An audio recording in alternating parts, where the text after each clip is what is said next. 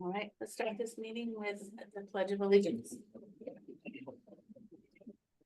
I pledge allegiance to the flag of the United States of America and to the republic for which it stands, one nation, under God, indivisible, with liberty and justice for all.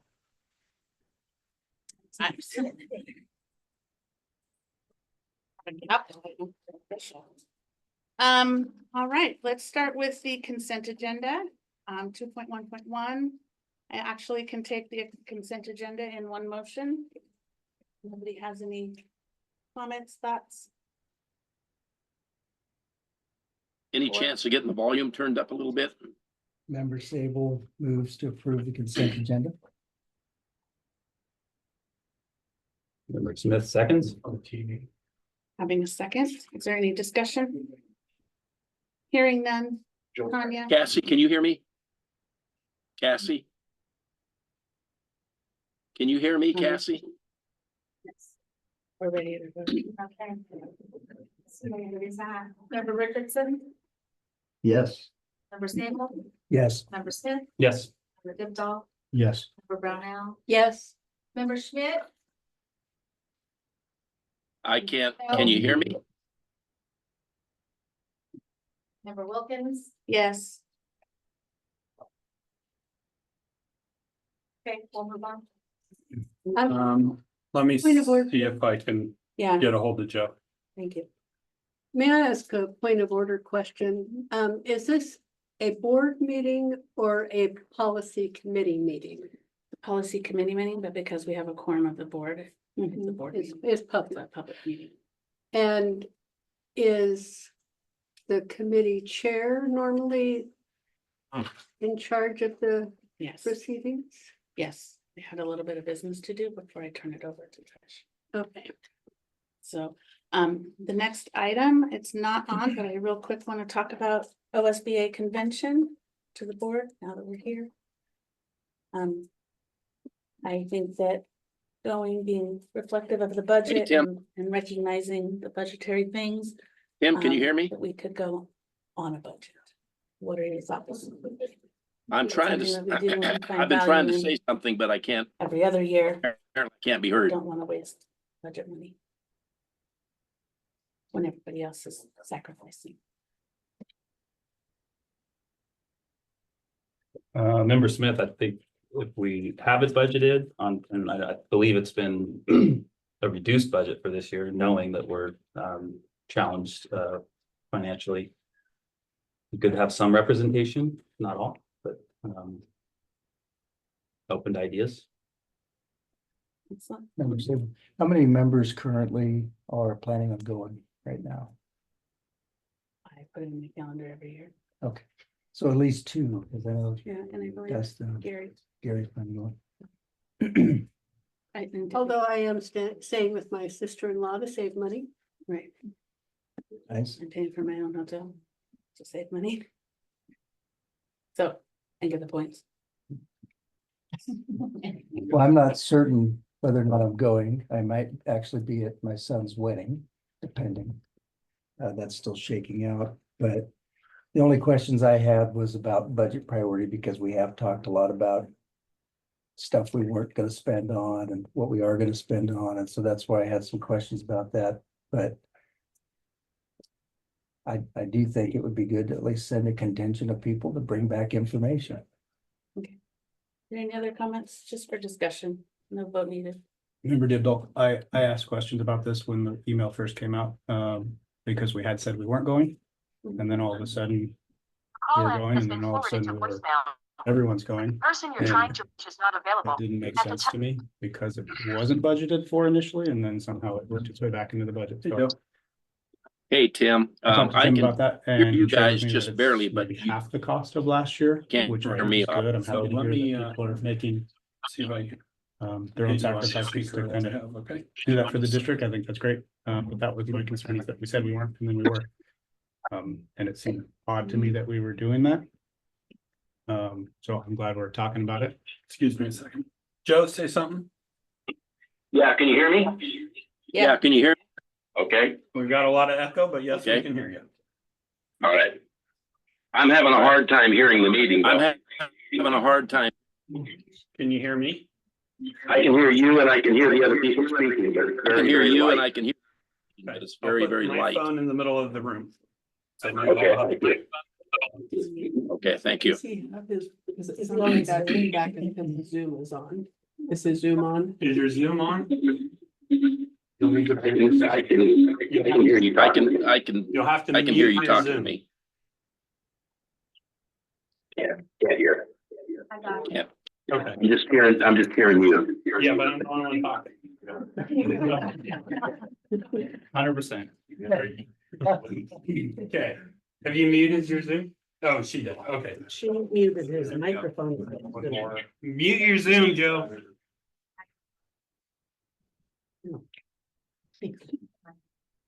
Okay. So, If I can finish. Okay. So I will not be going because we said we weren't gonna go. Okay. And would like to stick to that personally, but if other board members want to go and that's the plan, then. anybody else? Okay. So first of all, thank you everybody for coming. We don't usually get a lot of visitors, so I appreciate that. And moving on to 4.0. I think I will hand it over to Trish. Can you pull up initially, Tanya? Can we pull up the or the draft from OSBA? Start then. So. I understood there may be some folks wanted to share some whys before we started. Is that accurate or? Yes, okay. I think it would be good to do, because there's probably questions of, why are we doing this? Why do we think we need to work through this? So. You, Sure, first up. I'm ready for your why? for my why. Okay.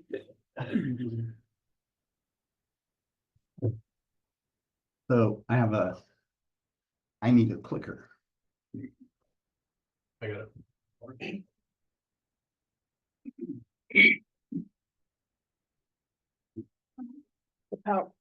Carrie's PowerPoint. Carrie's PowerPoint. Yes. You segued quickly.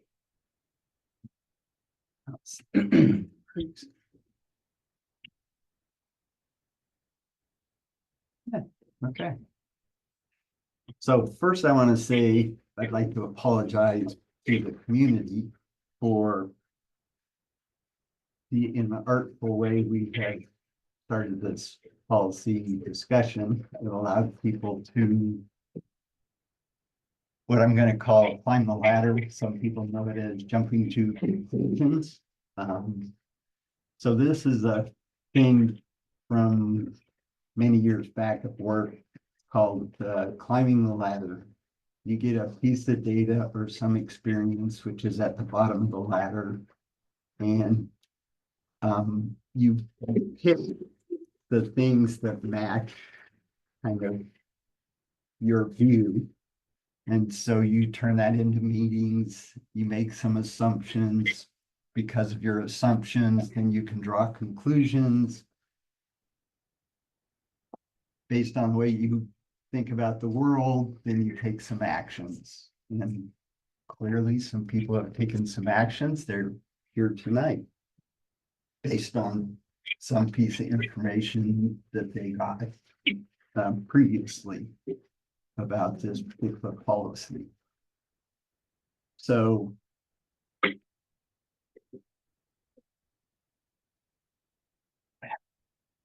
just a minute ago.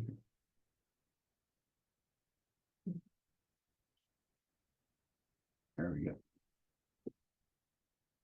Some of the things that we need to climb back down the ladder is I'm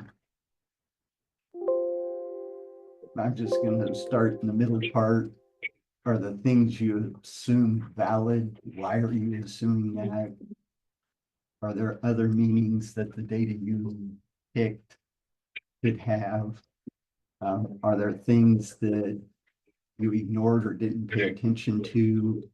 Are there other sources of data that you didn't consider? And that brings us back to the observable reality. So clearly, a lot of people think there's a lot of, they have really jumped to the end, and we're just at the beginning of whatever our policy may turn out to be.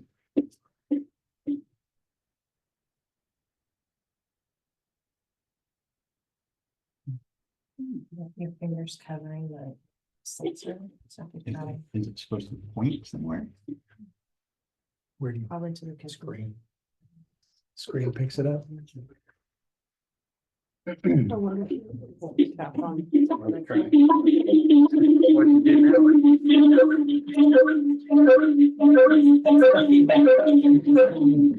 Would that be? It's something.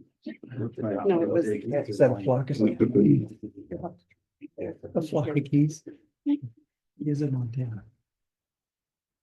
So part of what makes this policy interesting is it has to do with individuals versus the community. America is a very individualistic society compared to the rest of the world. That's part of what makes America great. It's also been noted that America also likes to form communities and come together and solve problems. And of course, the interesting part is how do you respect the rights and independence of individuals and still work in harmony to meet the needs of the community.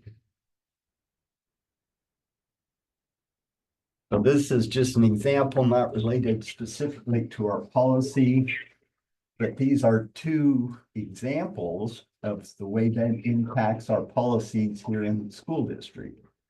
So an individual thing for our policy had to do with parents' rights in school interactions.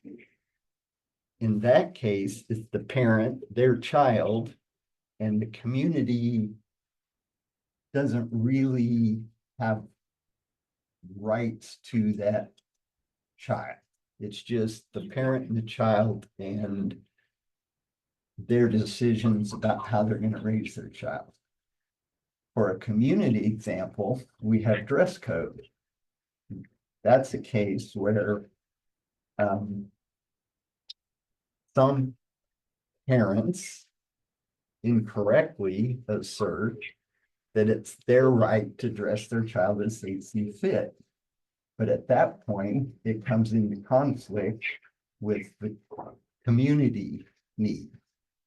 And it's actually been litigated extensively about whether school districts can have dress codes and that reflect the needs of their community.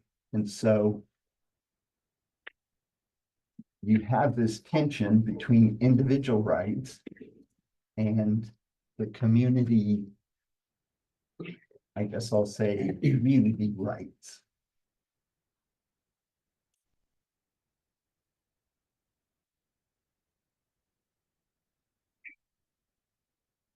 This next part, I don't know if I'm going to explain it very good. And so if any of the board members want to quiz me while I'm in the middle of talking about this, that'd be great. You're doing Board great. members or policy committee members? Policy committee members. Okay, just wanted to clarify. So one of the issues when you're trying to address these conflicting needs or these rights that are in tension with each other is that you do no harm. So in the school district, this represents our student population. Each one's 120 some odd kids or something like that. When we start talking about policies, people tend to hone in on specific segments of our students, but they tend to forget about the rest of the students. So to try and explain that, we might have a policy relating to student needs. Let's say like mental health or something. The students in the green, there's no issues with them. The students in the yellow, those might be the students that somebody who's pushing a particular proposal is focusing on. When I talk about do no harm, that policy for the students in the yellow, where we set that policy may have an impact on the students from the red line toward the yellow, or if the policy is different, it might be from the purple line to the yellow. So if that policy proposal would, in my example, would harm the 4 students between the purple and the red, those are the kind of issues that we're trying to deal with. While the policy might be great for the students in the yellow, it might cause harm to the 4 students between the red and purple. So we almost always have tension when we're trying to create these policies.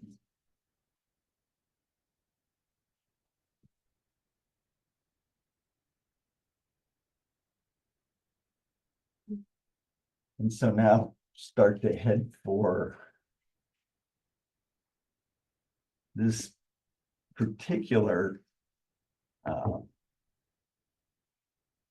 policy has its roots in the Oregon Revised Statutes, which is topics given special emphasis in instruction. And for A, it's honesty, morality, courtesy, obedience to the law. And you can read the rest of those there. B is for respect, so that we don't marginalize any groups. C is similar. Gets into some other items in D and E, and of course, some direction to ODE. But so those are the things that the state of Oregon has charged us with trying to educate our students in our community. And those things are not value neutral. So that also causes tension when we try to create these policies. Morality is certainly not value neutral, and people have strong opinions about that, which is, I think, partially why this particular policy has generated so much interest.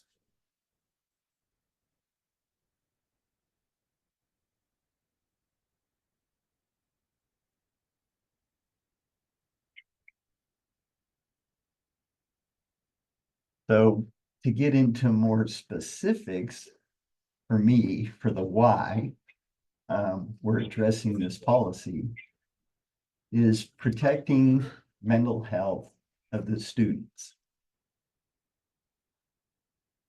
Everyone here understands that children's brains are not fully formed. In fact, recently, given the brain scans and stuff they can do, they're able to tell us a lot more about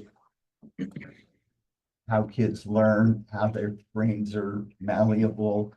And so there are things that can harm children if they're introduced to them at the wrong age.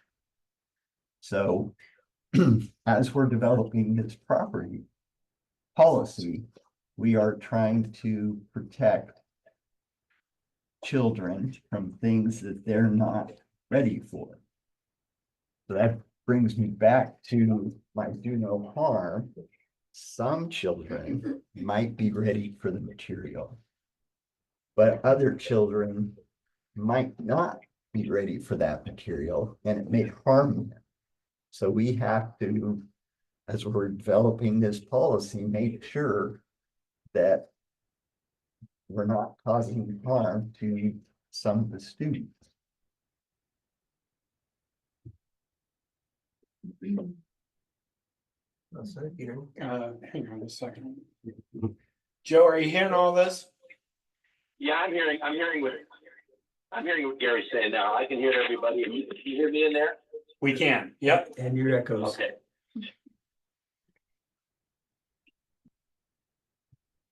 So that brings us to some books.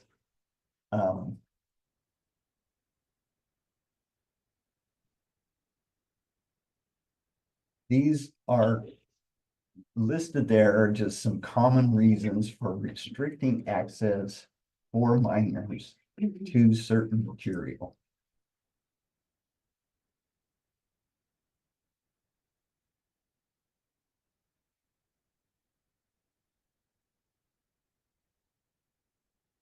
Is there a reference on that? Oh, sorry. Is, that's not all, where's that from? What's the reference? I just made it up. Okay. I mean, this is my one member of this committee's views.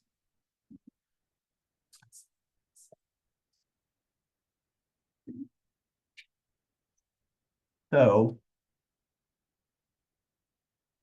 people have been using the term about book banning, book banner, and generally that's used to discredit or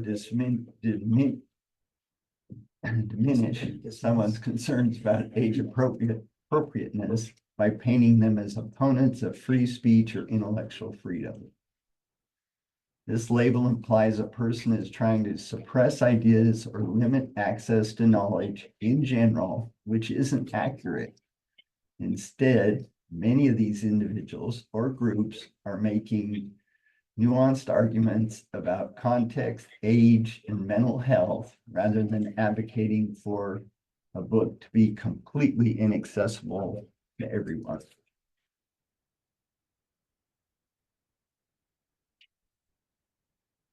So generally, when people use the term book banning, what they really mean is censorship, because I haven't really run across anybody who is trying to like remove a book completely from society or the community or anything like that.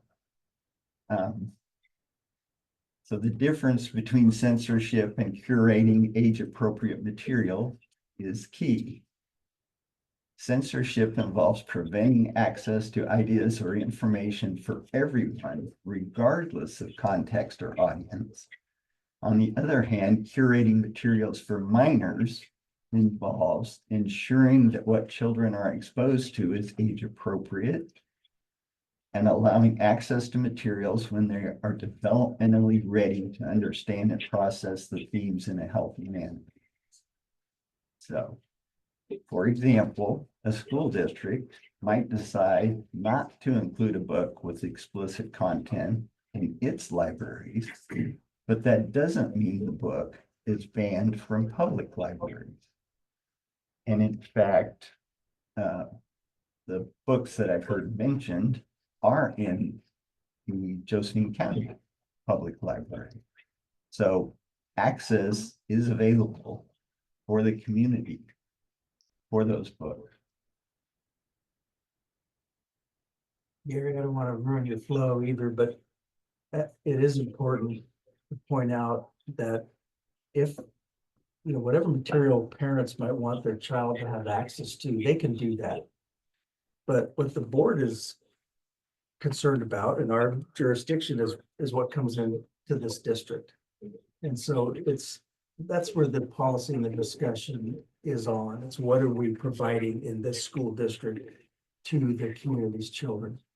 And knowing that if people choose, they can have anything they want in front of their kids. That's their choice. And we don't take away that choice, and we can't. But what comes into this district, that's what we were elected to be interested in.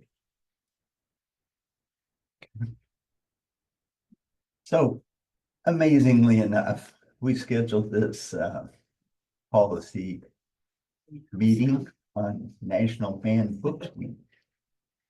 Is that an accident? Just the way it felt. That's great. Which should really be called National Censorship Week, because here in America, we don't really ban books. But interestingly, the Banned Books Week, they mentioned schools, which they're very different than a public library. So public libraries are all over the First Amendment, and nobody that I've talked to or I'm aware of is saying anything about what the public library here in Dothan County does. We're all First Amendment people. We think that's great. It's just that for schools, age appropriate and protecting the mental health of the students is important. This is one of the famous cases having to do with school boards and what they're allowed to do related to First Amendment concern. And so this is the Supreme Court. The court has long recognized that local school boards have broad discretion in the management of school affairs. And I'll skip down to the highlighted sections. We are therefore in full agreement with petitioners that local school boards must be permitted to establish and apply their curriculum in such a way as to transmit community values, and that there's a legitimate and substantial community interest in promoting respect for authority and traditional values, be they social, moral, or political. And then a little farther down, several pages later in their opinion, it says, as noted earlier, nothing in our decision today affects in any way the discretion of a local school board to choose books to add to the libraries of their schools. Now, the flip side of this particular case was whether the local school board had correctly removed some books from the library, which in this case, they remanded it back to a lower court, which for whatever reason, I can't remember if it became moot or no decision was ever rendered, but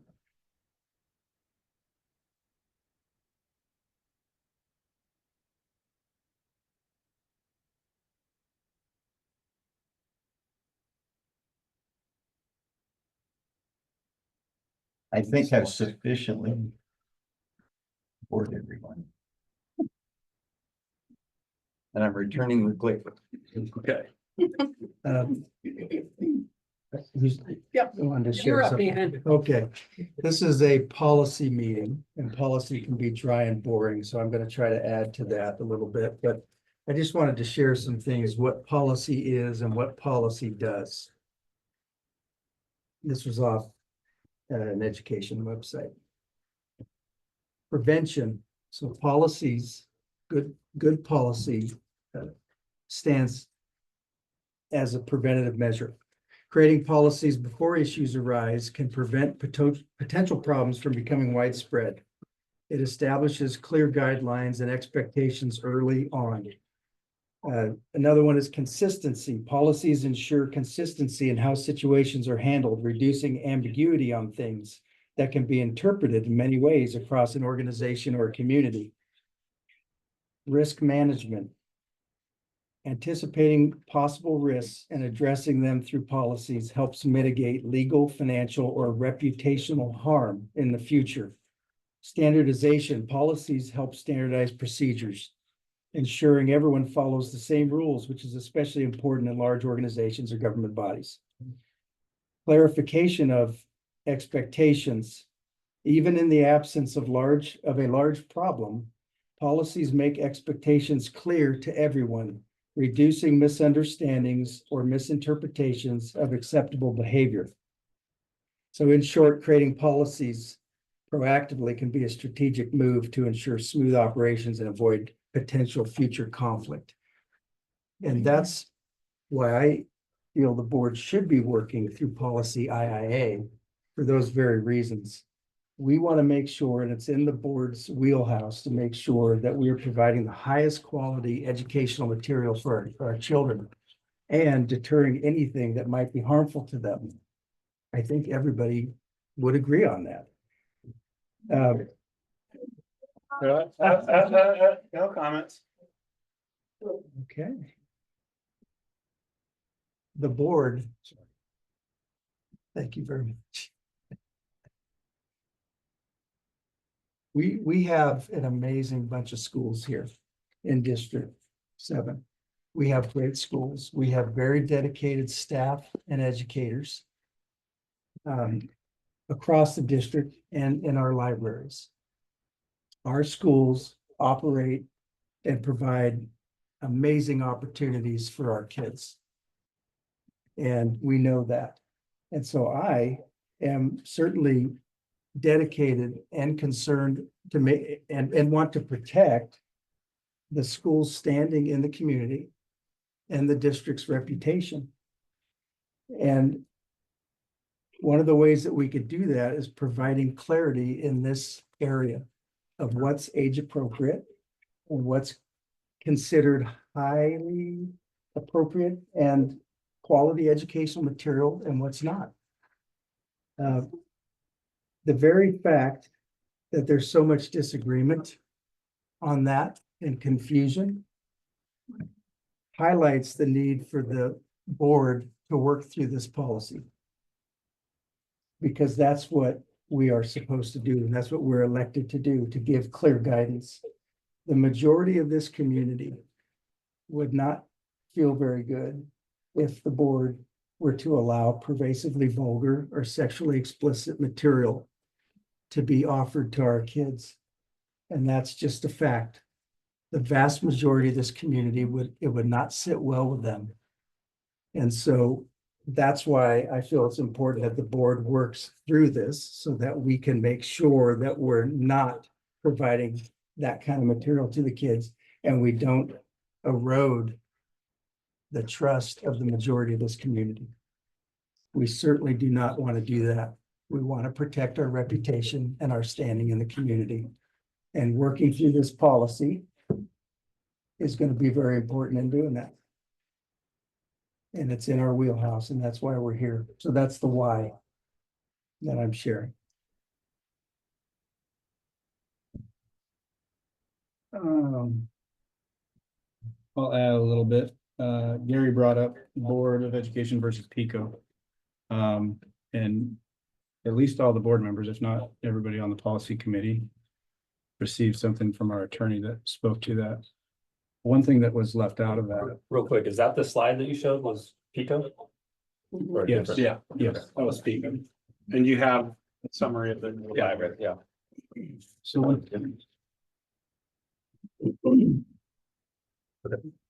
thing that was left out of that, that I think is significant and has regularly been used in cases along these lines are a couple of the words that Nathan just used.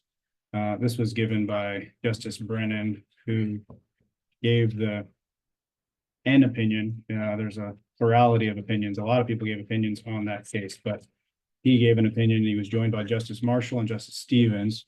And in his opinion, one of the things that he stated was that the board does have authority over material when it is deemed educationally unsuitable or pervasively vulgar. So I think that's really important to remember as we talk about amending policy that is outdated. We talked last time about 20 years without a change to this policy. That's a long time. And we're dealing with much different issues now than we were 20 years ago. So I think that's really, really important to think about. And at the same time, to know that when it comes to, this is a quote from Rebecca. When it comes to removing library materials, there must be a non-discriminatory, nonpartisan pedagogical reason for removing the materials. So to note that there needs to be a good reason for why something might be adjusted, and I would extrapolate that to policy as well. That if we're going to have a policy, there needs to be a good reason for why we're doing something. Another thing I'd like to highlight that I think some, if not all, have looked at this point in time is there was a case back in 1973 that developed the Miller's test or the obscenity test.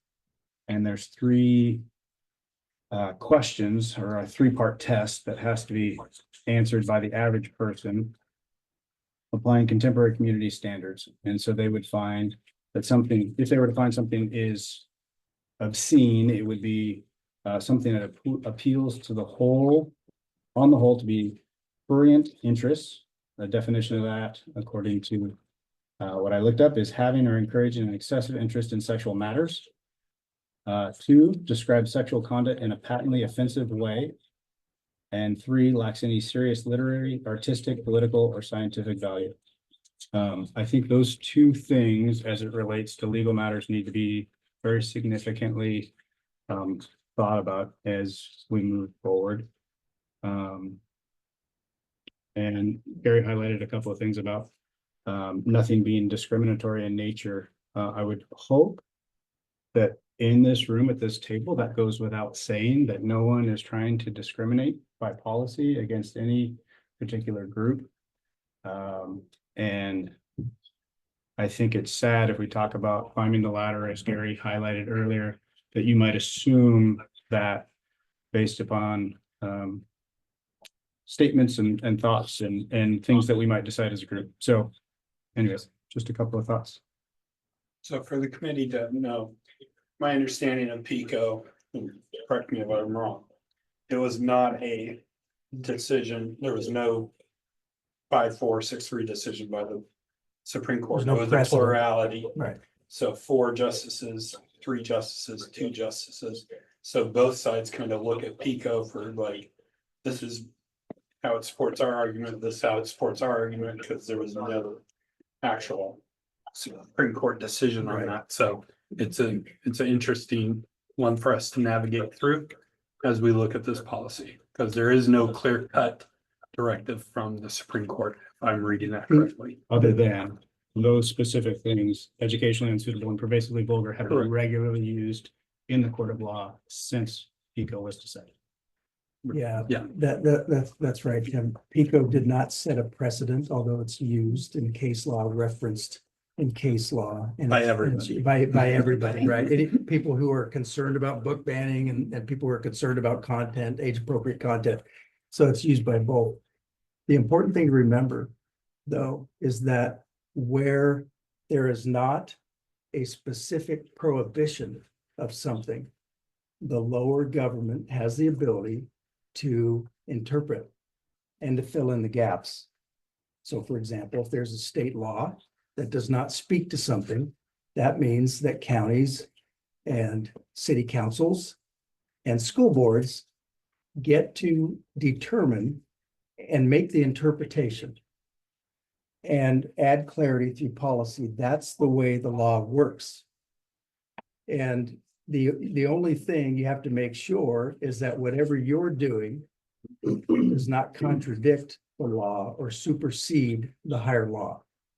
And so we absolutely do not want to try to attempt that, but it's very clear from our attorneys and the opinions that we got, there is nothing prohibiting certain language.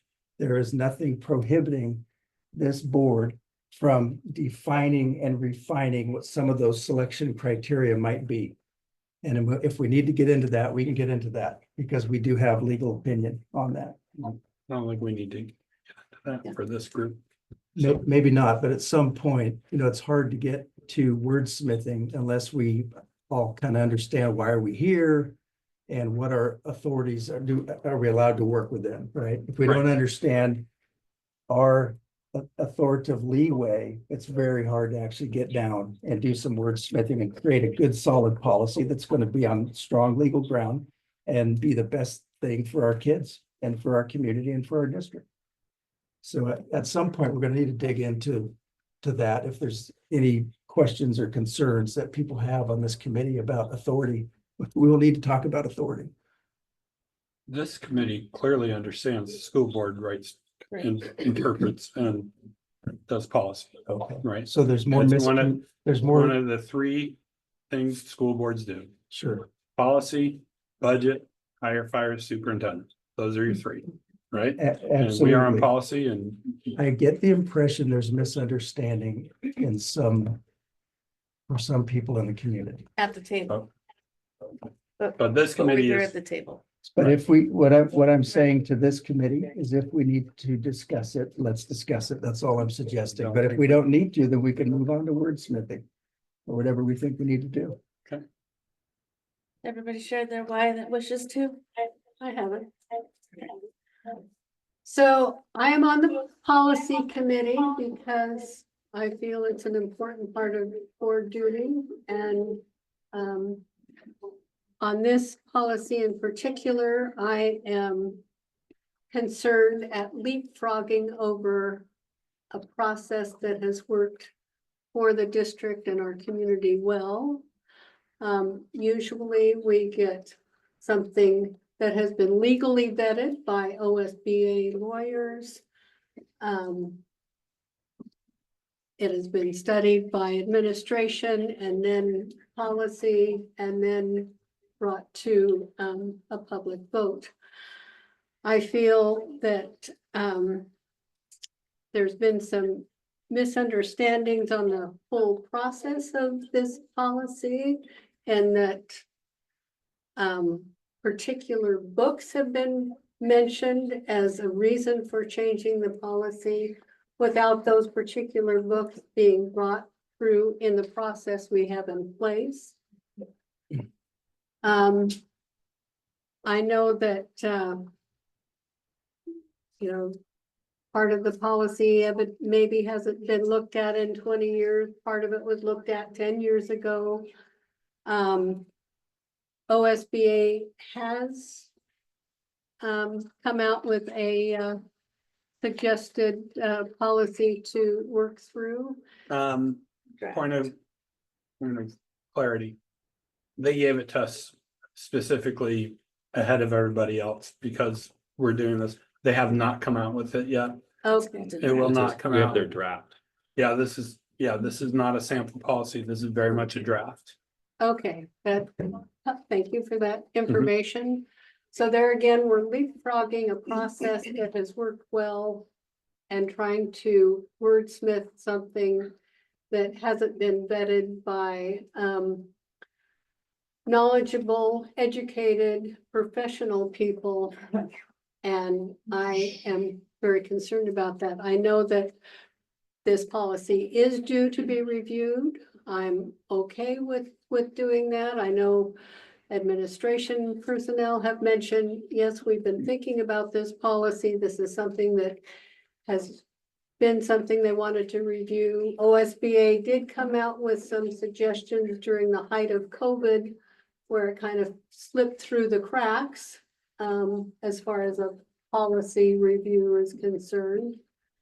So anyway, the reason I'm here is because it is something that can use a review. I am concerned about the way it's being presented and done. And I would like to hold off until OSBA has come through with a solid pathway through changes. And I know, looking at this, so I've got a notebook here with maybe a OSBA thought, maybe a administration thought, maybe a couple board members' thoughts. And then we've got a hullabaloo in our community over some books that haven't even gone through our formal process that I find dismaying. So just so folks know, we're using the term OSBA a lot, and some of you may not know that. So it is the Oregon School Boards Association. An Oregon School Boards Association, every school district in the state is a member, and they review any laws that have come down at the federal and state levels. They write policies, sample policies for districts. They send them out to the districts. They'll tell us if the policy is required, highly recommended, or suggested. What's the other one? Optional. Optional. So there was a policy update on IIA in 21. That, like Debbie said, it's at the height of COVID and we did not get to. 2014. No. There was a 2014 and a 21. Yeah, so there've been several versions of this. We're just 20 years. We're just using one from 20 years ago. Right. So I think everyone agrees that 2014 is our most current policy that's posted on the district website. It's 2014. 14. I apologize. So, yeah, right, like we said, absolutely legitimate for the policy committee to review this policy and take a look at it. We do not know when OSBA is gonna give us a sample policy. We've heard October and we've heard now December, so just letting the policy committee know what's going on. Cassie, could I share something? Oh, yeah. Go ahead, Joe. If you want to pull up our, What's that? Yeah, there you go. We got you. Okay. As many of you know, I've spent 40 years in education at every level, so I've pretty much seen it all. This policy has created a great amount of turmoil. I'm concerned, but we need to remember that people on all sides of this issue are coming from a good place with the best intentions. I think that's really important that we remember through all of this. I have to state, though, that some of the graphic material that is in some of the literature that has been discussed really has made me blush as well. But I do have to keep that in mind, and it does influence my thoughts. But I contend that policy is in place that allows for the concerns to be addressed.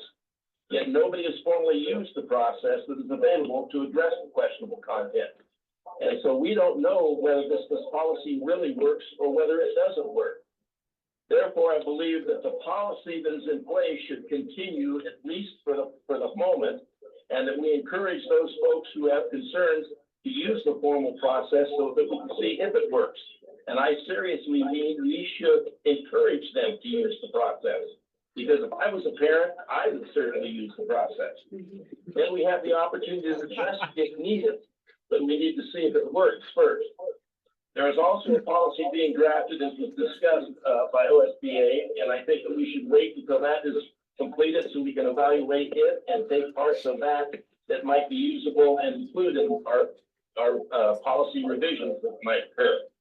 So I feel that we should table this discussion actually until the current policy is actually used and really promote the use of that policy. And the OSBA recommendations are also completed, so we can take a look at that as well. I appreciate Gary's work on decision making. I think he's absolutely accurate on that process. But I think we're dealing with a lot of issues that aren't clearly defined.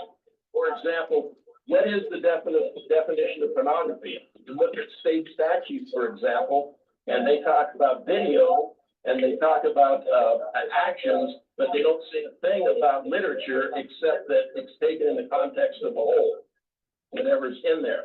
And I think that's a very weak definition of pornography. So they address that. The lower levels of government have the opportunity to be able to and fill in the holes or fill in the gaps that are not covered by state law. But again, if we're going to do that, we have to be able to clearly define what it is as well. So again, I go back to the current policy. We don't know really whether it works or not. I would like to know if it does. I would encourage those folks who write letters and are upset with certain literature, even the ones that make me blush. I would certainly encourage them wrongly to go through the process and see how the process works. And then we have a better idea of the effectiveness of the policy. So that's my 2 cents. Joe, this is Nathan. Can you hear me? Yeah. I just have a follow-up question to you because policy IIA has several parts. So there's two main parts. One part is the selection criteria. That is the board's guidance on what is appropriate material to bring into the school. And then there's a part that talks about if there's, after the fact, if there's concerns about certain materials that, parents, if they somehow saw it, would have to have the courage to, actually fill out something, put themselves on blast, and possibly be subjected to, ridicule or even bullying.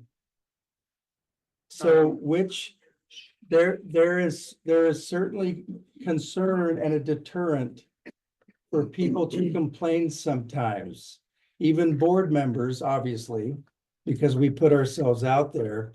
We get to enjoy things like red stop signs and green stop signs and things.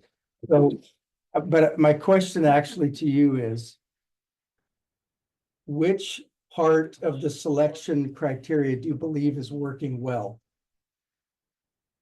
The selection criteria? Right. The truth of the matter is, the truth of the matter is, I don't know, and I'm willing to look at that.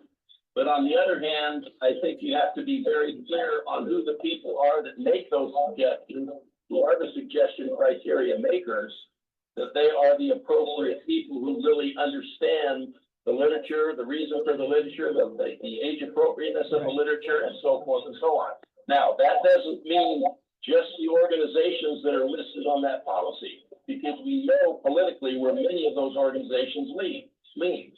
And I'm not interested in the politics. I'm interested in what's best for children. So if we were to look at setting up a criteria for bringing literature into the library, I think it's important that a committee is put together. If a committee is put together, it is very thoughtful. I don't think it's good enough to say, oh, we'll put a board member on there. Because what's the board member's qualifications, except that he's a board member? Joe, I think So I think you have to be very discriminating in terms of who is going to make those choices. Joe, I don't personally believe, I agree with what I believe Gary was talking about, and that is this whole idea of age appropriateness. I feel very strongly about that. I think some of these materials that we see in the library are not age appropriate. I think poor decisions have been made, but I think we have to be very judicious in our decisions about who is going to make those decisions. I just got blocked off. You're still here. no, you're still here. So, No, did we lose you? Nope, we don't. Yeah, I'm on the phone now. hey, Joe, since this is I'm on the phone now because I just got disconnected, but it looks like it's trying to reconnect. it actually sounds better. Since this is a policy meeting and it is a discussion, I have, I guess, a couple of questions or comments. One, you mentioned the idea of a board member, a board liaison to a potential library selection committee. So, right now we have many committees, parent advisory committee, what else? Equity Committee, Facilities. Facilities Committee, every single one of those committees has a board liaison. So there's nothing new or special or different about the idea of having a board liaison to the committee.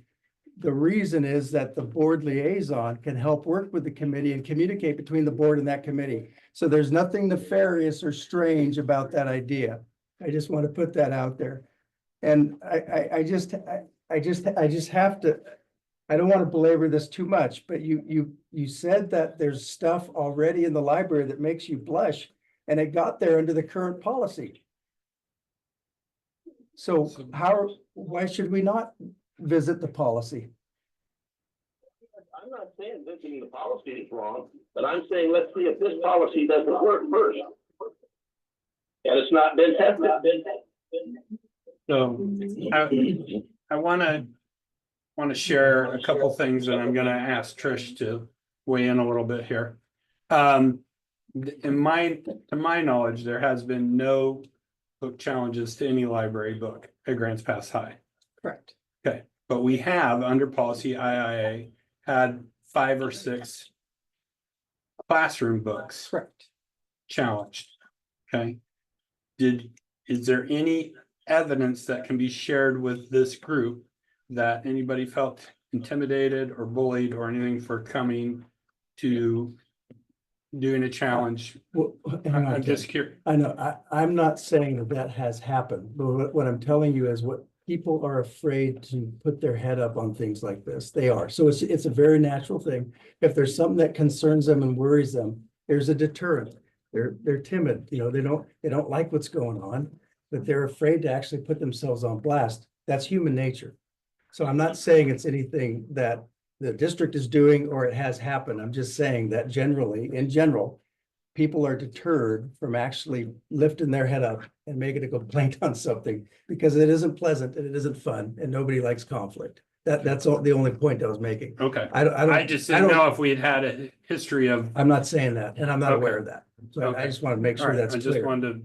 Yeah. Okay, because if they're, yeah, all right. So. Sorry, Trish, I'm stepping on your toes. I apologize. Can I jump in? Sure. And I I'm not stepped on gonna her step toes already, so either. go ahead. I just, and Joe, assuming you can still hear us, this isn't pointed at you specifically, but really just to the room as a part of this, talking about the why. You said the ORSs are confusing relative to pornography. And I can appreciate that after reading through them. Although I would suggest that some of the material you're talking about that made you blush would be inappropriate for any individual on the street to give to a child. And I think that's significant to note, not just inappropriate, but illegal. The other thing that I'd like to ask you about, and really I'm asking the room, all of these questions, not you, I'm not targeting you, is that the obscenity test is what has been used for these purposes now since 1973. It's been tested and never changed. Is that not something that we can use as we try to work on new language, new selection criteria? Okay, you directed that towards me, right? I'm asking you because you said some things, but I really want the room to talk about it. Go ahead. Let me just respond to that. I think absolutely yes. I think where the lower levels of government fill in, it's important to be very clear on what your rules are going to be. So if that's something we can refer to and agree that it's appropriate, yeah, I think it's certainly something we can look at. I'm gonna try my best to be articulate and to Well, choose my words carefully. Hang on a second. I want to have a little bit of comment related to the Miller test. The Miller test, which has 3 parts, the third part, which is whether the work taken as a whole lacks serious literary, artistic, political, or scientific value. The third part of that test does not apply for minors. Something that's pornography can pass the Miller test, but not be, it's still pornography, which makes it not legal for minors. Thank you for reminding me of that. Trish?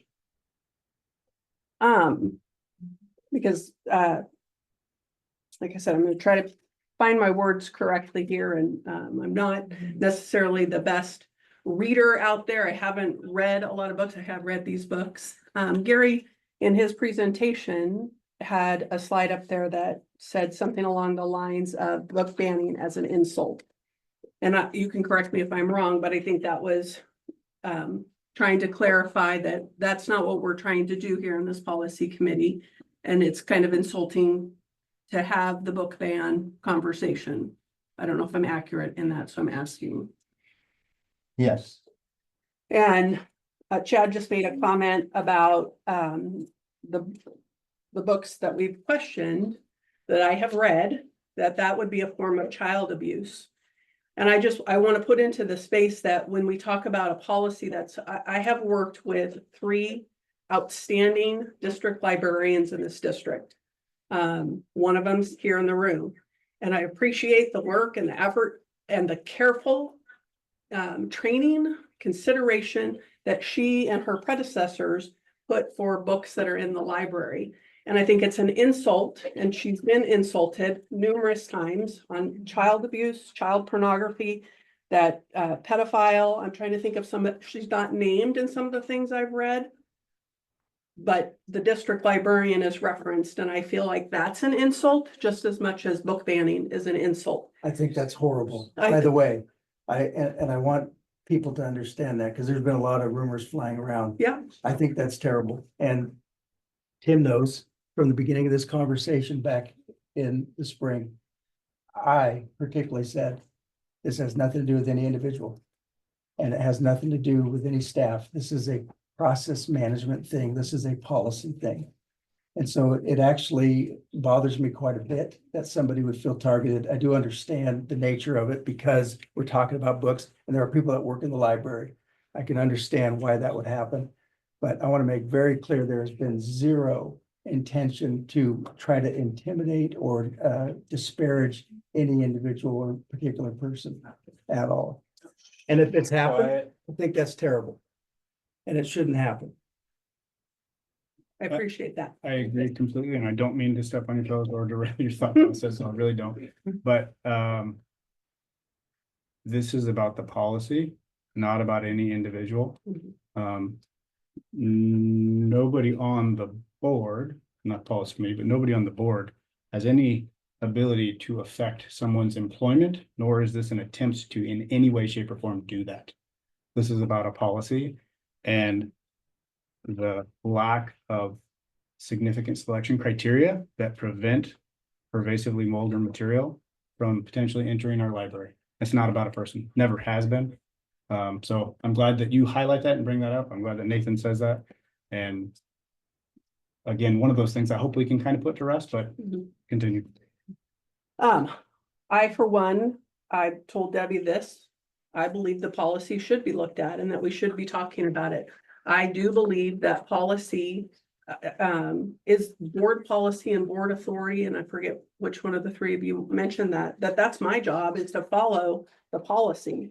And there's a policy in place that we've been trying to follow in relation to issues that folks have with certain books in the library. I do think it's fortuitous that this is, and this was a total random thing, that it's a book ban week. But just looking at some of the titles and looking on the screenshots that I'm seeing for the books that are in question that people see as vulgar, I can go and find similar screenshots for books that are classics that people appreciate and want our children to read. Fahrenheit 451, Catcher in the Rye, A Clockwork Orange, Slaughterhouse-Five, Soul, Are You There, God? It's Me, Margaret. Those books they have the repetitive vulgar language as, the word count of how many cuss words are in the book. And they have the excerpts of sexually explicit sections of the book that are, and I think that's where, when we start talking about our definition of pornography, sexually explicit, where that threshold is and how we balance that. The beauty of a library media specialist and the work that they do to get their license is they go through specific training to gather all the information and look at a balanced approach. And we have not had a library book challenge in the 17 years I've been in this district. No library book has been challenged. And books are available for students that meet that balanced approach and need in our district from kindergarten through high school. We do a great job of what's age appropriate, what's in our elementary schools and what's in our middle schools. You won't find these books that I just named anywhere near our elementary or middle schools. And so I think about, I do want to revise the policy. I do want to have the conversation about selection criteria and the things that you're wanting to talk about. I think those are good things to wrestle with, but I just caution that we're catapulting into an area of where it's not my expertise, and we do need to include the expertise of those professionals who are trained to do that kind of work. So that's just a little bit of my why, and I'll shut up now. So my question is for this policy committee. First of all, has everybody shared their why? Okay, I can share mine because I haven't spoken yet. absolutely. I'm not on the policy committee. So I don't know why I'm here. Why? Baby. Justin, I know how you feel. But obviously, this is an important issue, and I first want to thank all the folks that have showed up tonight, and I appreciate our process. I know that this is a really difficult issue, and obviously, people have come at it from different sides, and some are very passionate about where they hold their beliefs in one side or another. But I've learned a lot reading emails. If you haven't received a reply from me, don't think I haven't read your email. Just a lot of them. Hard to reply to everybody, but appreciate your emails. I think probably everybody on the board would agree. You've read all the emails. And appreciate everybody here, especially knowing who's uncomfortably hot. Who's just uncomfortable. Yeah, to We don't Oh, come, have fans. Everybody else has a fan. to come, just the board, if we were the only ones here, the committee, it's already an uncomfortable, difficult conversation. And then for those that are here, willing to be part of that difficult conversation, I appreciate everybody sticking it out and looking at awkward screens that change font and having reverb because of Joe.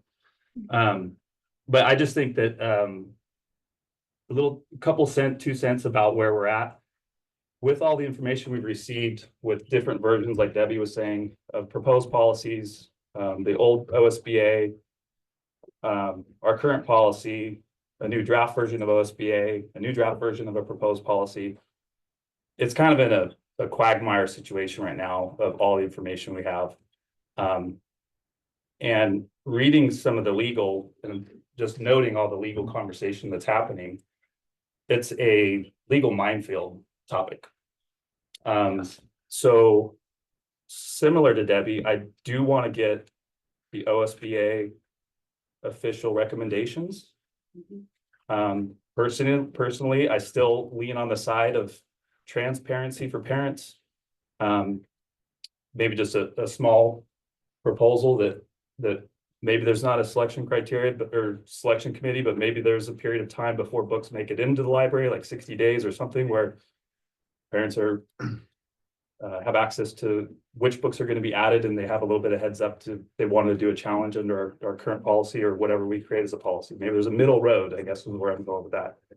But no, I look forward to having the difficult conversation and improving our policy. But I look forward to do it in a way that it recognizes everybody in the room. And I hate the word bipartisan, but somehow everybody's in support of where we're going, and we feel like it's protecting children. It's giving other subgroups of children access to books that that they want to read, that's going to support their views. It's giving parents transparency.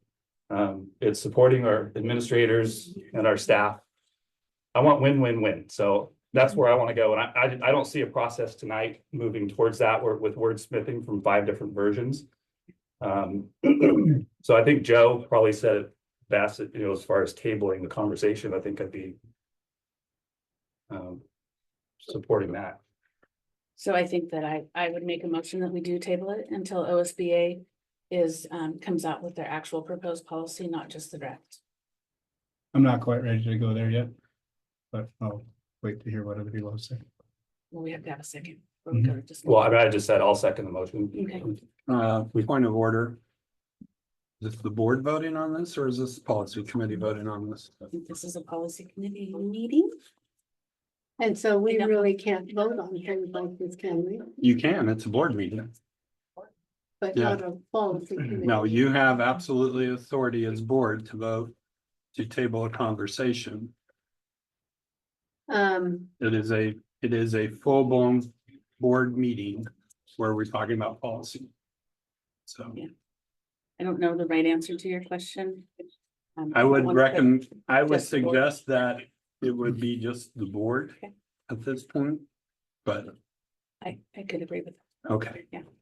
Wait, And- where's the parliamentarian?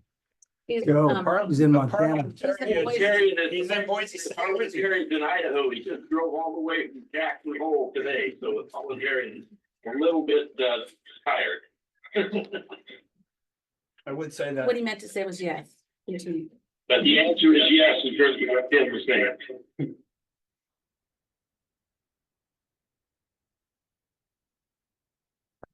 I'll start a discussion just to finish my little why or why not statement.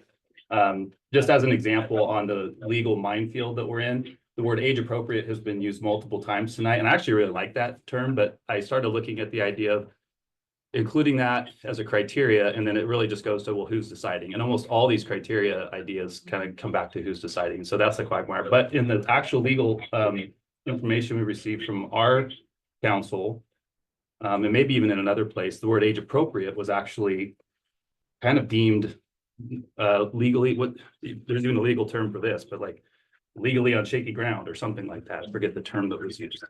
So even just having some of these baseline discussions, I could see us going off in tangents that don't really have a legal standing and could be potentially, rabbit holes going into discussions that shouldn't even be had, I guess is what I'm saying. And I'm not an attorney, so trying to get the information from OSBA first, working on that, trying to apply some principles first about how we want to change it, and then or maybe improve it or add or whatever we're going to call that, and then getting it back to legal to review, I think is really important for this issue. Cassie, can I ask you? Yes, Okay, I agree with what Dustin is saying. And when I talk about my support for tabling, it certainly has to do with waiting until the OSBA draft is finalized and presented. But I also think we should encourage people who are currently unhappy with current selections in the library to actually challenge those sections and use the policy as it's available. Let's see if it works. Because at the very least, we'll know that part of it works if we're not happy with all of it. right. So not just waiting until OSBA, but actually encouraging folks to challenge if they feel the need. Because we've got letters from both sides of the aisle here, Mhm. and we should honor both of those. I agree. I have been saying that every chance I can. So, I'm gonna talk. Can I pass this out to everybody? Feel like we are beating around the bush a lot about stuff. And nobody wants to talk about what we're talking about.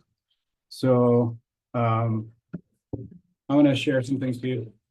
So we're in discussion.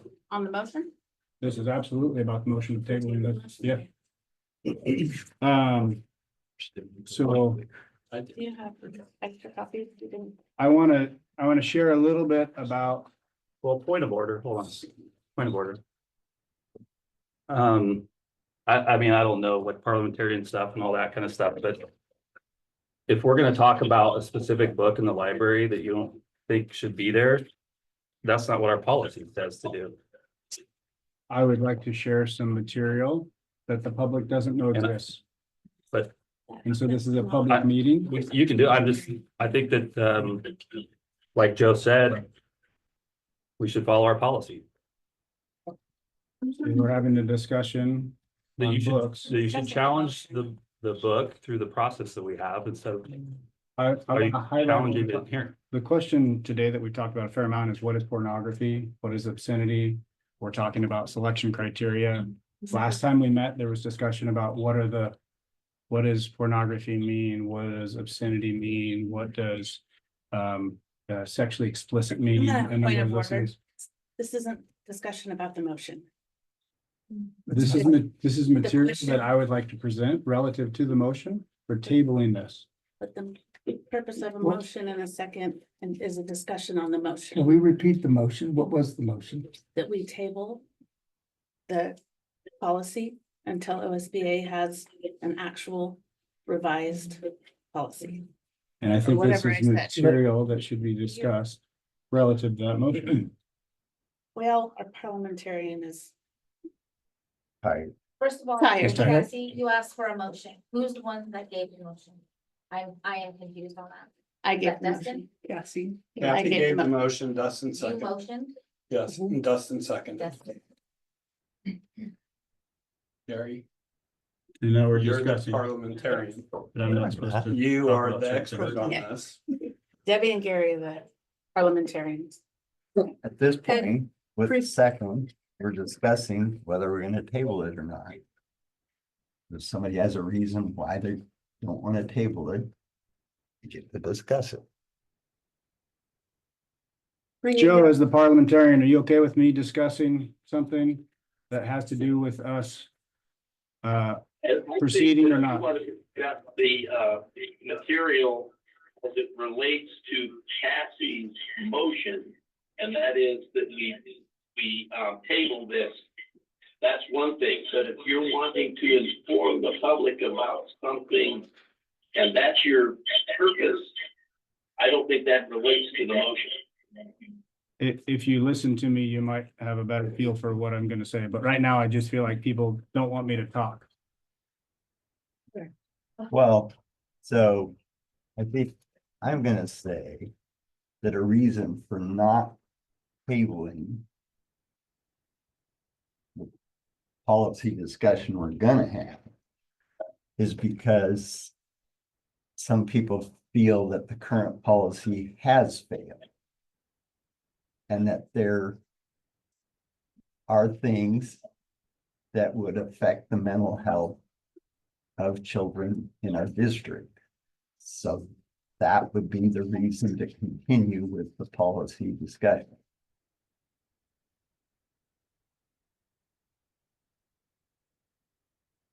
And I think that the reason why we should table it is because OSBA gives a framework for us to begin those hard discussions that we've talked about.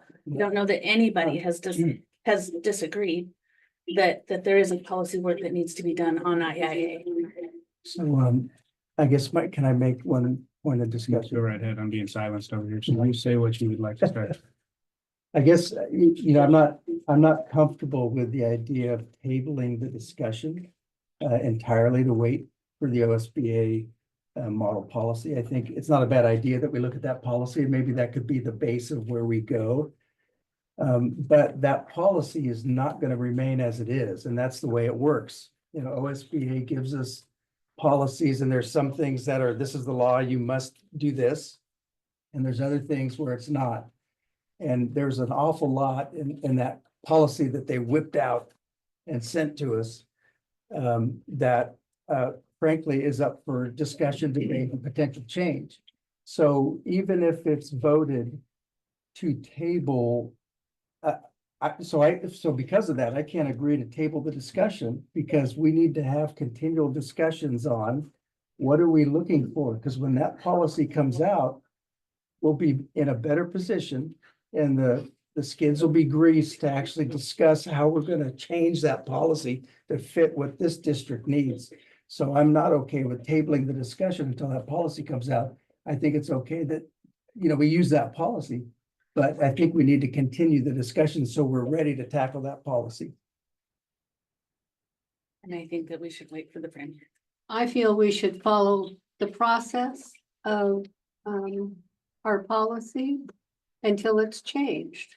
I feel that it is wrong to bring out discussion on a particular book or books without following that process. I think it's subverting the whole thing and opens us up to liability and risk that is unnecessary. One of the fourth things I think a board needs to be aware of is, you mentioned 3, hire and fire the superintendent, do policy. What's the third one? Budget. The fourth one is, don't get us in another lawsuit. And so I think I'm going to call for the question at this point. Well, what I'm trying to highlight is what I think I've heard Joe say, and I think I've heard some other people say, is that the policy, specifically the criteria, the selection criteria, has failed us. I've given you 3 examples of how we have pervasively vulgar material available in our library. And they're not necessarily the ones that everyone is talking about. I am hearing loud and clear that nobody at this table wants me to read this material. I really hope that you do. I don't want to read this material. I have a lot of stuff listed here that I'd like to tell you guys. But again, nobody wants to hear it. The public would like to know that this stuff is out there. I've talked to many of them, and they do. And I think you all know that. Joe himself said he blushed. There's 2 administrators in this room that blushed when I read some of this material to them. There are things that are out there, whether in our library or outside of our library, that we are not protecting kids against, and it's wrong. And so to table this discussion now is wrong. We need to continue to work on this policy. It's a little bit of a cop-out, honestly. I For waiting a month? understand. Waiting a No, month is no, a no, no. cop-out? To table the discussion entirely. Because We're that- not. In the motion, it was until OSBA comes out with their proposed policy. And When do we think that's gonna be? And we don't know when that's gonna be. And it It's- was. We don't We are know. hearing October as the earliest, December is the latest. So January or February, most likely, That's- probably. So we as a board sometimes have to tackle very difficult issues, but we can't turn our head when difficult issues come up. As a point of discussion, I think we should talk a little bit about our relationship with OSBA. Meaning, they are a very valuable resource to us, but is anyone under the idea or laboring under the idea that a local board should wait until OSBA tells us what to do? Yeah, Is was the that motion. what we're hired? Yeah. Let me respond to that if I could, because I talked about the OSBA thing. I don't think that we're talking about adopting what the OSBA is going to present us. I think we're talking about using it as a resource as we continue on with our discussion. And so the 2 things that are important to me, one, test the current policy. I want to know if it works, and I think we need to be encouraging people to bring these issues forward that Chad wants to express here. The second thing is, I think it'd be good to find out what it is that OSBA is putting together, so maybe we can use that as a resource. Okay, the third thing I want to address, though, it has to get back to what Chad would like to do in terms of sharing this information. It seems to me, and I may be wrong on this, Kathy, you can correct me if I am, but it seems to me that there is opportunities at full board meetings where the board is allowed to speak on behalf of themselves, members of the board to speak. A lot of times we get up and we'll congratulate teams, and we'll talk about what great kids we have. Gary will get up and give a presentation on some kind of leadership issue or whatever the case may be. It seems like that's the place where Chad should be able to present what he sees wrong with choosing literature from the library. And I don't disagree, Joe, with the idea of the OSBA policy. I think they are a great resource to us. But I don't think we should hold that conversation until it comes out. It could very well be December or January in reality. And that's just waiting too long. I think we need to carry on this conversation. It doesn't mean we have to approve a policy, but it would be very wise for us to carry on this conversation so that we're in a good place when that OSBA policy drops and we can look at it and look at stuff that we thought was good and marry the two and move along. It's just tabling it till probably December, not a good idea.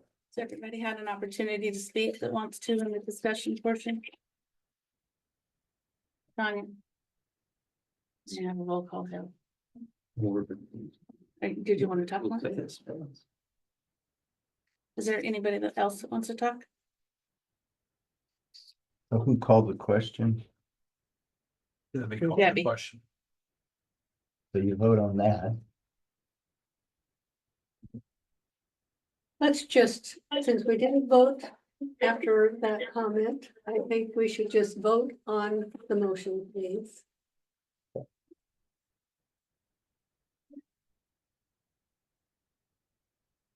Tanya? Member Richardson, No, Member Schmidt, Joe? That's Schmidt or Smith? You, Joe. Montana, Yes. Member Sable, not this particular motion, no. But something close to it. something that is in But there. I'd support something close to That a it, yes but or not this no? one. No, Member Smith, Yes. Brownell, Yes, Member Wilkie. Yes. Nothing one. Gotcha. Member Dow. No.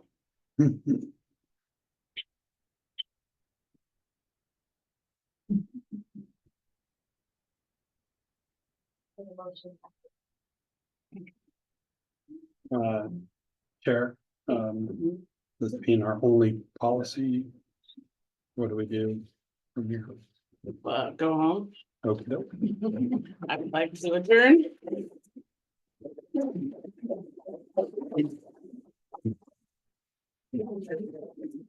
Put it in there. Put it in there. I should read everything. Have it, because I remember you think it's appropriate.